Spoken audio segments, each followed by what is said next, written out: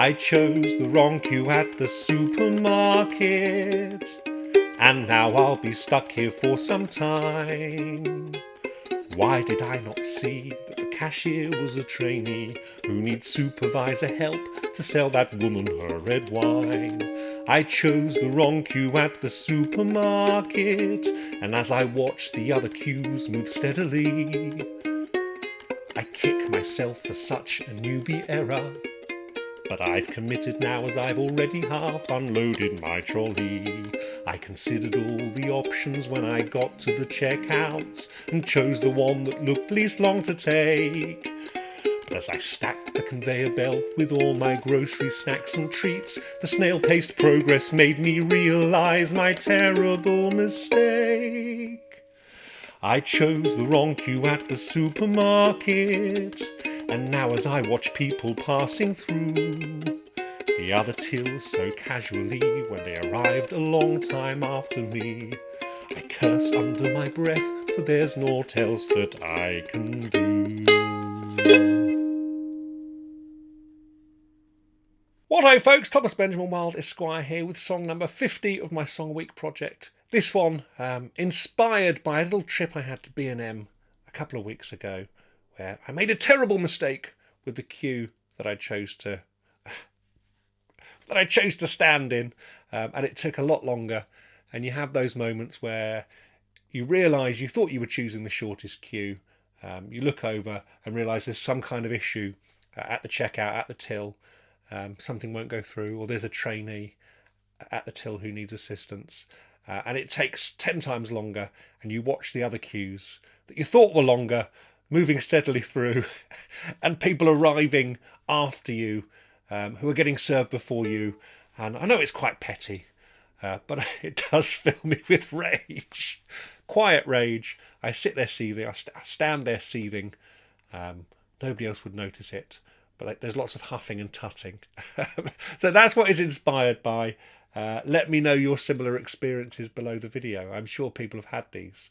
But yeah, it is one of my pet peeves, and one of the most frustrating things in the world. But I always feel really proud of myself when I've chosen the right queue as well. I know that's quite ridiculous and a bit sad. But simple pleasures, simple pleasures. So yeah, as I say, let me know in the comments your experiences of this.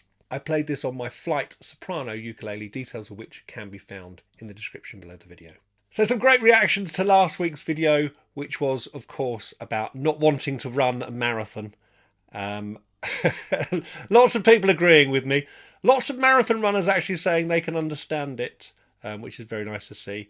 The short video of this has done particularly well on YouTube. I don't quite know why. But yes, it seems to have hit a nerve on YouTube in a way that it hasn't on the other social medias. But just to read a few of your comments now. Commander Ernie Paul says, I ran track in high school, with the 3,000 metre being my longest event, but no marathons. Walking the sales floor at work is enough for me these days. Yeah, I remember having to do... I got put in for the 1,500 metres when I was in middle school. So I had to run that on our sports day. And I think I came second to last. So yes. Yeah, not quite 3,000 metres. But yeah, at that point, I realised that it definitely wasn't for me. I was one of those people on the cross country runs at school who would kind of hide behind the tree to catch some breath, because we used to have to run around the cross country track in my middle school. Hated it, absolutely hated it. Baron Corey says, between the asthma and the heat allergy, I don't hate exercise. Exercise hates me. I'm a little bit like that as well, actually. Yeah, I get very quickly out of breath. I don't have asthma. I've got other allergies, not necessarily heat allergy. But no, I can completely empathise with that. Dan Forbes 3573 says, how come is it that your face always seems to make you look slightly sozzled? Thanks for that. Well, partly because I have skin flare-ups sometimes when my face goes a little bit red. But for the last few weeks, it's probably because I've been sat in front of the window. The sun's been quite bright. And the house directly opposite us is bright white. So I get hit by the reflection from the sun, from the house. And it's actually quite difficult to look out that window. So my eyes probably look a little bit glazed because they're being hit in the face by reflected sunlight. So that might be why. Hopefully I don't look quite so sozzled at the moment.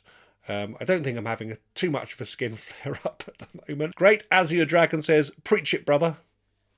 I will continue to preach it. Jacob the Sneaker 2433, I'm hoping I'm saying that right. I used to go to Germany to run the Hellenbronn Trollinger half marathon. My employer covered the costs, and on most stops there was a small stall with secret energy drink, local red wine, which was the most needed energy boost for me. And after the run, we had a relax and a big party. Good times. What's not to love? Fair enough. I don't know that I could run after drinking red wine, to be honest with you. I can run very small distances, but if I had to run after having a drink, I don't think I'd be able to. But well done for that. Tigalong227 says, unless a lion is involved, I don't run. Yeah, I feel like we were involved to run away and run short distances rather than hugely long distances, and to run in fear and get away from things. Not to do it just for fun. But yeah, I agree with you there. I run for buses sometimes. I run for trains. In fact, the last time I absolutely exhausted myself by running. I was carrying a big suitcase because me and my partner were heading up to Lincoln for Asylum Steampunk Festival. And our train came in for the connecting one quite late. And so we were rushing for the connecting train. And I went running across to the wrong platform, across the railway bridges, carrying all my suitcases, and then missed the train, missed the wrong. I'd gone to the wrong platform. I missed the train, and then just sat there, out of breath, exhausted, red, and a little bit angry, and a bit embarrassed because I'd kind of shown myself up a little bit. Yeah, so that was the last time I ran for anything really.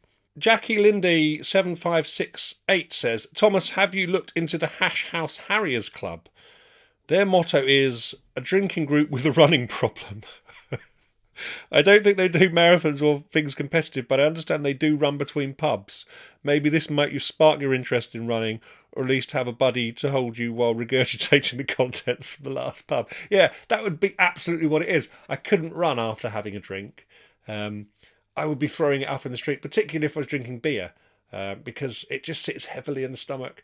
Yeah, I don't think I could run between pubs. That doesn't sound very big at all. But a lovely idea. James F7K1H says, I think you've gotten a hair and beard trim. Is that so? Yes, it is. A couple of weeks ago now, week before last, I went in and got my hair and beard trimmed. That's why I'm not wearing a hat today. But thank you for noticing. The last marathon I ran in was never. I plan to run my next one on the anniversary of that one. I'm with you there. Absolutely with you there. James Orcutt177 says, do you have a recommendation for a good banjo uke? Yes, I do, in fact. Duke10. If you follow the link in the last video, in fact, I'll put a link in it in this one as well. Duke10 Banjoleles. They're great. And you can plug them in. They've got a pickup on them, so they can be amplified. But yes, we'll definitely recommend that for a banjo uke. Anyway, folks, thanks for all those comments and questions. Do keep them coming because these videos are much more interesting if you are asking questions rather than just having me rambling on. A quick reminder of the shows I've got coming up over the next month or so. On Friday the 18th of April, I'm going to be in Shrewsbury at Albert Shed with Professor Elemental and Aubrey Blakeledge. Should be great fun, that one. Haven't played with Professor Elemental for a while, so that should be a good one. If you're in the Shrewsbury area, it'd be lovely to see you. On Sunday the 27th of April, I'm going to be at the Green Duck in Tunbridge Wells. Always a good fun one, that one. A nice intimate little venue. I'll be doing a solo show there. Come along to that, it'd be great fun. On Friday the 2nd of May, I'm going to be at the New Cross Inn in London with Mr. B the Gentleman Rhymer and Professor Elemental. It's very rare that all three of us do a show together, so that should be really good. And it's been a while since we last did a show, all three of us. In fact, I can't remember the last one.